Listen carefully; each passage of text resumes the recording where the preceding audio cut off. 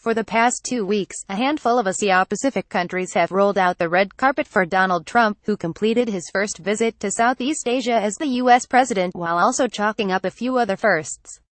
Trump attended his first Asia-Pacific Economic Cooperation meeting in Da Nang, Vietnam, before heading to Manila for a summit marking 40 years of relations between the U.S. and the Association of Southeast Asian Nations, his first meeting with ASEAN leaders. He was also expected to attend the East Asia Summit, but only made it as far as a leaders' luncheon and thus ended his maiden visit to the region on something of a down note. To recap, Trump had earlier surprised quite a few and disappointed many more when he said he would not attend the East Asia Summit, despite a pledge in April from U.S. Vice President Mike Pence that he would. But Trump subsequently appeared to have averted diplomatic embarrassment for the U.S. as well as ASEAN by changing his mind and deciding to include the summit on his itinerary. However, the red faces were to return. While Trump managed to join the East Asian leaders for their usual lunch marking the summit, he skipped out before the nitty-gritty began, citing scheduling issues. Trump's decision not to invest a few additional hours to attend the summit cast a spotlight on the administration's management, or lack thereof, of its East Asia policy. The flip-flop suggested a lack of understanding regarding Southeast Asia, adding to a growing sense of uncertainty towards the U.S. in the region, while Trump's mercurial decision-making raised further questions about U.S. credibility and its ability to fulfill commitments. If the word of the vice-president counts for little, should Trump's word or that of other senior U.S. officials be taken seriously? Opinion ASEAN turns 50. Wake me up when it's over. The summit debacle tarnished an already battered U.S. image in the region after Trump's decision to pull the U.S. out of the Trans-Pacific Partnership, the Paris Climate Change Agreement, and UNESCO, UN's socio-cultural and heritage body.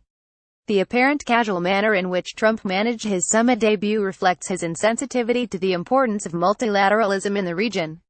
It should be self-evident that engaging ASEAN and active participation in ASEAN processes, including the summit, helps to maintain and advance U.S. strategic interests in Southeast Asia and the wider East Asia region. Trump should take a cue from his predecessor Barack Obama and recognize and actively engage ASEAN, because doing so would be one of the most effective ways to underline and maintain the U.S.'s position as a power in the Asia-Pacific. America's $300 billion $2.34 trillion foreign direct investment stock in the region may stand on less stable ground if Trump does not understand this logic and fails to use enormous U.S. resources to maintain open liberal trade and stable security. Ironically, it was President Xi Jinping who took up the mantle of defending globalization and an open trade regime at the Asia-Pacific Economic Cooperation Forum. Xi unequivocally stressed that in pursuing economic globalization, we should make it more open, more inclusive, more balanced, more equitable and more beneficial to all. Forget the Xi-Trump romance. It's time the U.S. came clean on its vision for China and Asia. In contrast, Trump's message to Asia and the world points in the opposite direction. He proudly declared that, "I am always going to put America first, the same way that I expect all of you in this room to put your countries first." It is significant that Trump elected to reinforce his America First message at the APEC summit, an institution that the U.S. has regularly used to liberalize trade since its establishment in 1989. What does this mean for the future of APEC and the U.S.'s role within the group of 21 economies? Trump's exhortation to put America first stood in contrast to another important development that took place on the sidelines of the APEC summit: the unexpected but much welcomed resuscitation of the Trans-Pacific Partnership. The trade pact has been given a new lease of life as the newly christened Comprehensive and Progressive Partnership for Trans-Pacific Partnership. The 11-member trade pact, which still must pass ratification within each signatory state, injected a much-needed dose of confidence in multilateral trade deals.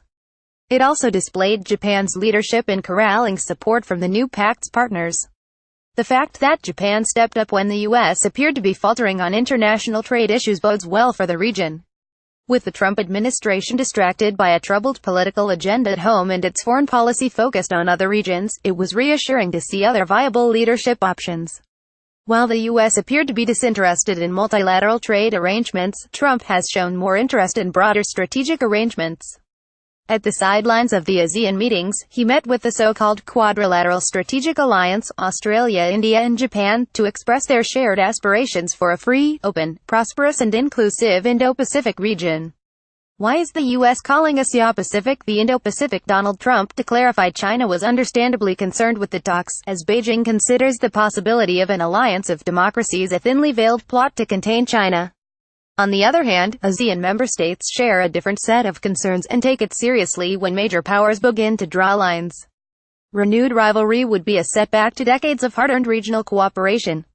In addition, the burden and responsibility of constructing a stable regional order cannot rest on four shoulders, just as it cannot be dictated by one party. ASEAN cannot afford to be a bystander and needs to have a unified position on the Indo-Pacific concept to secure its interest. More importantly, it has an overriding concern to prevent the major power rivalry from descending into something along the lines of the divisive tensions of the Cold War of the last century.